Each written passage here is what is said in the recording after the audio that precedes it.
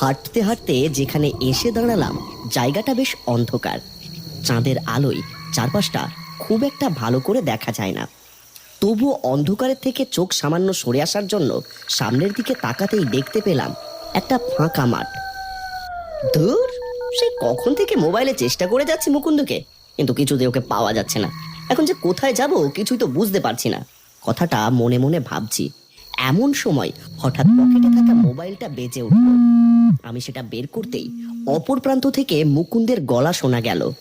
আরে তুই কোথায় আছিস? সেই কখন থেকে আমি বাস স্ট্যান্ডে দাঁড়িয়ে আছি, তোকে তো দেখতে পাচ্ছি না। বাস স্ট্যান্ডে আমিও যতক্ষণ দাঁড়িয়েছিলাম ততক্ষণ কেউ কোথাও নেই দেখেই সামনের রাস্তা ধরে চলে এলাম। তুই ওই বাস স্ট্যান্ডের পাশে থাকা যে পাকা রাস্তাটা ডান দিকে নেমেছে না, ওই দিক ধরে চলে আয়।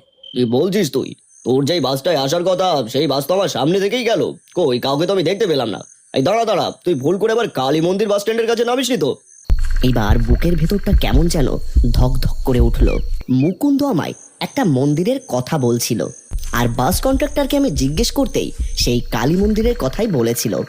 তবে মনে হয় পাশের একজন বলছিল এখানে আরেকটা মন্দির আছে কোথাও, সেখানেও বাস স্ট্যান্ড রয়েছে। ভাই, আমি তো কিছুই চিনতে পারছি না, তাহলে মনে হয় ভুল জায়গাতে নেমে পড়েছি। কথাটা শেষ করতে পারলাম না। পাকা রাস্তাটা শেষ হয়ে মাঠের কাছে চলে এসেছিল। পেছনের দিকে তাকাতেই মনে হলো চাঁদের আলোতে আধো অন্ধকারের মধ্যে পথের একপাশে কালো ছায়ার মতো কি যেন একটা দাঁড়িয়ে আছে। চিৎকার করে বললাম, আরে বিমল, তুই আমার সাথে মজা করছিস তাই না? তুই আমার পেছনে দাঁড়িয়ে আছিস অথচ ফোনটা ধরে কথা বলে যাচ্ছিস। আরে কি বলছিস তুই? হ্যালো হ্যালো, শোনা যাচ্ছে না? হ্যালো। লাইনটা কেটে গেল। আমি বললাম, দাদা, এখানে কোনো বাড়ি ঘর দেখছি না। আচ্ছা, এই রাস্তা দিয়ে গেলে আবার কি বাস স্ট্যান্ডের দিকে যেতে পারবো? মানে এই রাস্তা ধরে তো হাঁটতে হাঁটতে আমি এদিকে চলে এসেছি। এই পথ ধরে এখন আর কেউ আসে না। অনেক বছর আগে আসতো, কিন্তু এখন আর এই পথে আসার কেউ সাহস করে না, বিশেষ করে রাত্রিবেলায় তো একদমই না। লোকটার কেমন একটা অদ্ভুত গলা। পথের একপাশে ফাঁকা মাঠের মতো, আর অন্য পাশে ছোট বড় গাছ চোখে পড়ল। সেই গাছের জন্যই আকাশের চাঁদের আলোটা যেন আরেকটু চাপা পড়ে আছে। লোকটা আরেকটু এগিয়ে এসে থমকে দাঁড়িয়ে পড়ল। আপনি যাবেন কোথায়? আমি যাব মুকুন্দদের বাড়ি। মুকুন্দ চ্যাটার্জি আমার বন্ধু, আমার সঙ্গে একসময় শহরের একটা অফিসে কাজ করতো। আসলে পথে ট্রেনটা তো দেরি করলো, তারপর বাসে করে এলাম, কিন্তু ভুল করে কালী মন্দির বাস স্ট্যান্ডে নেমে গেছি। মুকুন্দ চ্যাটার্জির বাড়ি আমি খুব ভালো করেই চিনি। আপনি আমার সাথে চলে আসুন। এই যে মাঠ দেখছেন, এই মাঠের কাছ থেকে নিয়ে যাব আপনাকে। লোকটার সঙ্গে আমি হাঁটতে লাগলাম। লোকটা আগে আগে চলছে আর আমি তার পেছনে যাচ্ছি। চাঁদের আলোটা যেন ক্রমশ মেঘের আড়ালে চলে যাচ্ছে। মাঠের চারদিকে দূরে গাছপালা দেখা যায় বটে, কিন্তু এদিকে রাস্তা কোথায় আছে? আর একটু হেঁটে আসার পরেই মনে হলো সামনের দিকে যেন একটা বটগাছ মতো রয়েছে। হ্যাঁ, ওই তো একটা বটগাছ আছে। দাদা, অনেকক্ষণ তো হেঁটে এলাম, কিন্তু রাস্তা কোথায়? এই মাঠটা যেদিকে চলে যাচ্ছে সেখানে সামনের দিকে একটা বটগাছ আছে দেখতে পাচ্ছি। এই পথে এলে ওই বট গাছের কাছ পর্যন্ত যে আসতেই হয়। আজ পর্যন্ত যারা এসেছে সবাইকে ওখান অব্দি যেতে হয়। লোকটার গলাটা হঠাৎ করে কেমন যেন মনে হলো। এতক্ষণ কিন্তু আমার এটা মনে হয়নি। তার গলাটা কেমন যেন একটা কর্কশ লাগছে শুনতে, ঠিক যেন কাকের মতো। আমার কিন্তু ভালো লাগছে না। আপনি যদি মুকুন্দর বাড়ি না চেনেন তাহলে আমায় বলে দিন, আমি চলে যাচ্ছি, কিন্তু ওই বট গাছের দিকে আমি আর যাবো না। এই মাঠ পর্যন্ত সবাই নিজের ইচ্ছেতেই আসতে পারে, কিন্তু এখান থেকে আর নিজের ইচ্ছেতে কোথাও যেতে পারে না। তারপরে সবকিছুই হয় আমার ইচ্ছেতে। হঠাৎ করে মনে হলো লোকটার গায়ের উপর থেকে সেই চাদর মতো কালো জিনিসটা সরে গেল, আর ঠিক সঙ্গে সঙ্গে আমি দেখতে পেলাম একটা বীভৎস দৃশ্য।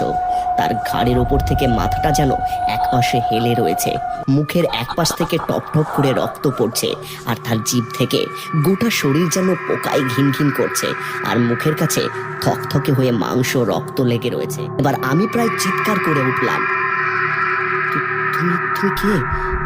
আমাকে এইখানে নিয়ে এলে কেন? আমি তো মুকুন্দর বাড়িতে যাব, আমি ছেড়ে দাও। ভুল করে যখন একবার এখানে এসেই পড়েছিস, তাহলে এখান থেকে আর কোথাও যাওয়া হবে না। দেখ দেখ, ওইদিকে তাকিয়ে দেখ, বট গাছের তলায় তাকিয়ে দেখ একবার। লোকটার কথা শুনে ভয়ে আতঙ্কে প্রায় গোটা শরীর পাথরের মতো হয়ে গেল। বটগাছের দিকে তাকাতেই যা দেখতে পেলাম তাতে মনে হলো আমার বুকের ভেতরে থাকা হৃৎপিণ্ডটা একবার ধড়াস করে উঠল। মনে হলো চারপাশটা আরো অন্ধকার হয়ে এসেছে। বটগাছের প্রত্যেকটা ডাল থেকে গলায় দড়ি দিয়ে ঝুলছে একটা করে কালো ছায়া মূর্তি। আর তার চেয়েও ভয়ানক, ওই মূর্তিগুলো সবাই আমার দিকে তাকিয়ে রয়েছে আর অদ্ভুতভাবে হেসে চলেছে। লোকটার শরীরটা তখন যেন হঠাৎ করে আরো খানিকটা বড় হয়ে গেছে। তার দুটো হাত ঝুঁকে নেমে এসেছে একেবারে মাটির কাছ পর্যন্ত। ঠিক এমন সময় আমার পকেটে থাকা মোবাইলটা আবার বেজে উঠলো।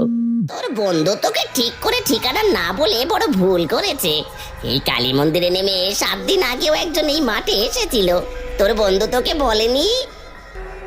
সঙ্গে সঙ্গে মনে পড়লো আমার, মুকুন্দ যখন এখানে আসার কথা বলেছিল তখন বলেছিল, মনে করে কালী মন্দিরের বাস স্ট্যান্ডের কাছে নামবি না, হ্যাঁ?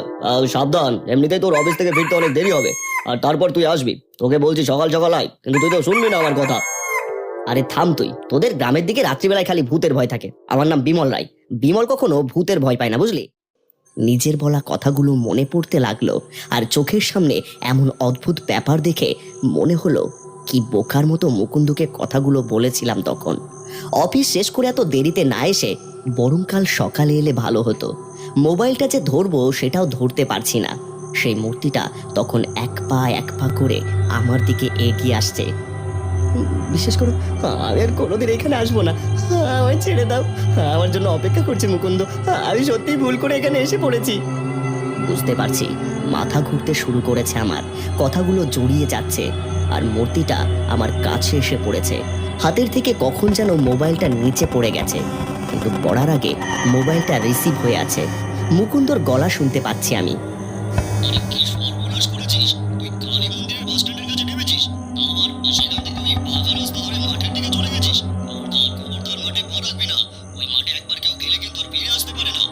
ততক্ষণে মূর্তিটা প্রায় এগিয়ে এসেছে আমার আরো কাছে। তার দুটো হাত শক্ত করে চেপে ধরেছে আমার গলা। মোবাইলটা থেকে তখনও শুনতে পাচ্ছি মুকুন্দর গলা।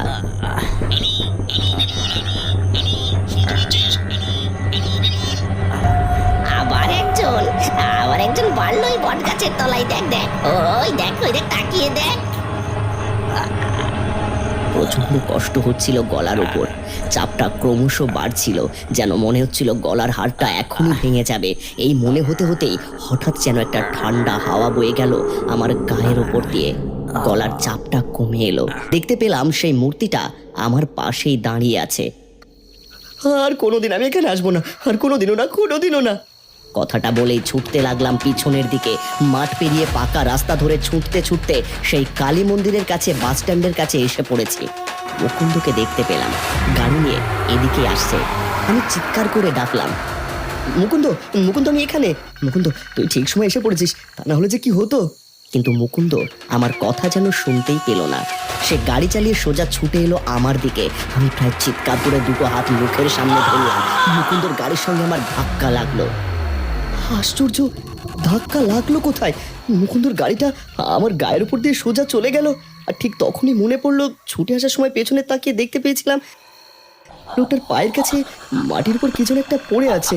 তার মানে আমি কি বেঁচে নেই? আর কানে ভেসে আসতে লাগলো সেই লোকটার বিভৎস কথা। এই মাঠে একবার কেউ এলে সে আর ফিরে যেতে পারে না। হ্যালো বিমল, কথা বল। হ্যালো বিমল, আরে কথা বলছিস না কেন তুই? মুকুন্দ চলে যাচ্ছে, আমি পথের ওপর ঠায় দাঁড়িয়ে রয়েছি। জানি না আর কোনোদিন হয়তো মুকুন্দের সঙ্গে দেখা হবে না আমার, আর কোনোদিন কারোর সঙ্গেই দেখা হবে না। এরপর থেকে আমাকেও হয়তো ওই বটগাছের কাছেই থাকতে হবে, আবার নতুন কারোর অপেক্ষায়।